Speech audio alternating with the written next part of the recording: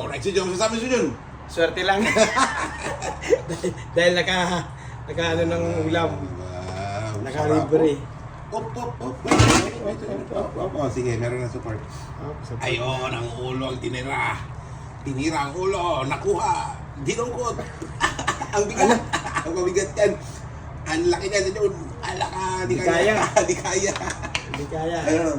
Hindi rin kaya yan. Sige. Sige, go. Ayun. Nadali. Binigwit. Ayun. Ayun. Sabi siya, kulang yan eh. Ayun. Bawa ni Timarisa. Dito. Ayan. Oh. Ay, pasok. Ano yan? Sabaw naman, sabaw. Sabaw. Mainit. Hindi na kasya. Yung gulay. Sige. Sarap na sabayan siya dun. Ang hangover. Ay, wow. You know. Dagdag natin to.